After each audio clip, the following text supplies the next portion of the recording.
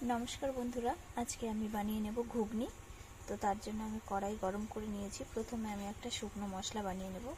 तो एखाने दुटो शुकनो लंका, एकटु धने और एकटु जिरा दिए आमी एटा हालका आँचे भेजे नेब।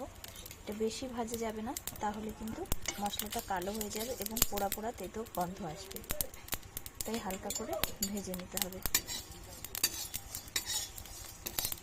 বেশি লাল করে ভাজা যাবে না, হালকা লাল করে ভেজে নিতে হবে।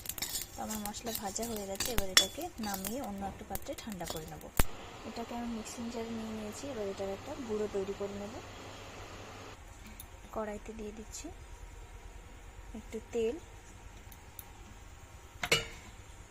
তেলটা গরম হয়ে গেলে এই চৌকো করে কেটে রাখা আলুগুলো আমি ভেজে নেব। এখানে প্রেসার কুকারে আমি সারা রাত ভিজিয়ে রাখা মটর দুটো সিটি দিয়ে নিয়েছি আর একটু টাইম রেখে দিচ্ছি।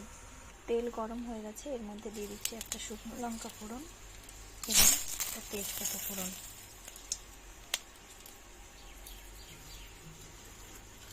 এবার এর মধ্যে চৌকো করে আলুগুলো দিয়ে ভেজে নেব।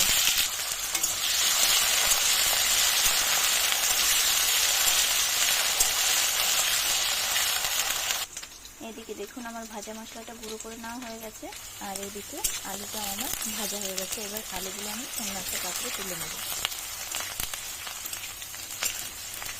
এবারে আমি আরও একটা পেস্ট করে নেব। এখানে আমি দুটো ছোট টমেটো, একটু আদা কুচি এবং একটা কাঁচা লঙ্কা, এগুলো আমি ব্লেন্ডিং করে নেব একটু। এই দেখুন পেস্ট করে নেওয়া আমার হয়ে গেছে। এবার ওই তেলেই আমি এই পেস্টটা একটু জল দিয়ে গুলে দিয়ে দিচ্ছি। পেস্টটা খুব ঠিক ছিল, আমি যেহেতু জল ছাড়াই ব্লেন্ড করেছিলাম তাই একটু জল দিয়ে দিলাম। এবার এর মধ্যে দিয়ে দেবো একটু হলুদ গুঁড়ো, একটু জিরে গুঁড়ো আর দিয়ে দেবো একটু শুকনো লঙ্কা গুঁড়ো আর দিয়ে দেবো একটু লবণ। যেহেতু আমরা মটর সেদ্ধর সময় লবণ দিয়েছিলাম তাই আমি এখানে অল্প লবণ ব্যবহার করলাম। এবার এই মশলাটাকে আমরা 3-4 মিনিট একটু কষিয়ে নেব। মশলা কষানোর সময় অবশ্যই মিডিয়াম ফ্লেম বা লো ফ্লেম ইউজ করতে হবে। হাই ফ্লেম ইউজ করলে মশলাটা পুড়ে যাওয়ার সম্ভাবনা থাকে। মশলাটা একটু কষিয়ে নিচ্ছি। এই দেখুন আমি মটর সেদ্ধ করে নিয়েছি। মটরগুলো ভেঙে যায়নি, একদম ভেঙে গেলে সেগুলো খেতে ভালো লাগবে না। মানে সেদ্ধও হয়েছে কিন্তু মটরগুলো একদম গলে যায়নি। দেখুন মশলা প্রায় কষে এসেছে। এবার এর মধ্যে আমি ভেজে রাখা আলুগুলো দিয়ে দিচ্ছি। এগুলোকে আমি আরও কিছুক্ষণ কষিয়ে নেব।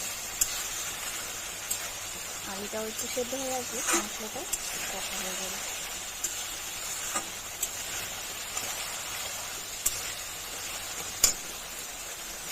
দেখুন মশলা কষে গেছে। এবার এর মধ্যে আমি সেদ্ধ করে রাখা মটরগুলো দিয়ে দেবো। দিয়ে দিচ্ছি একটা কাঁচা লঙ্কা চিড়ে। এগুলোকে নাড়াচাড়া করে নেব।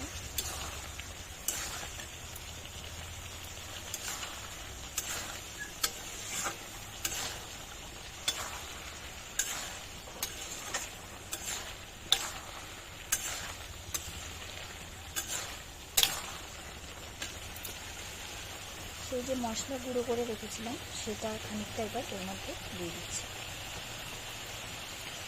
আর কিছুটা রেখে দিচ্ছি, এটা আবার শেষে ইউজ করব।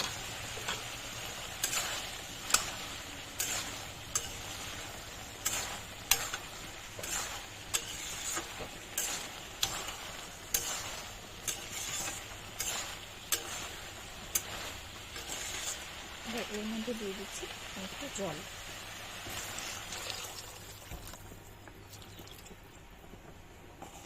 এবার এটাকে আমরা খানিকক্ষণ ফুটতে দেবো।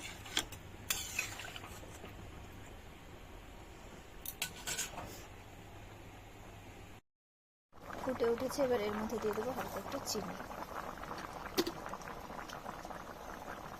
এই যে ঘুগনি নামিয়ে নিয়েছি, আমাদের ঘুগনি রেডি।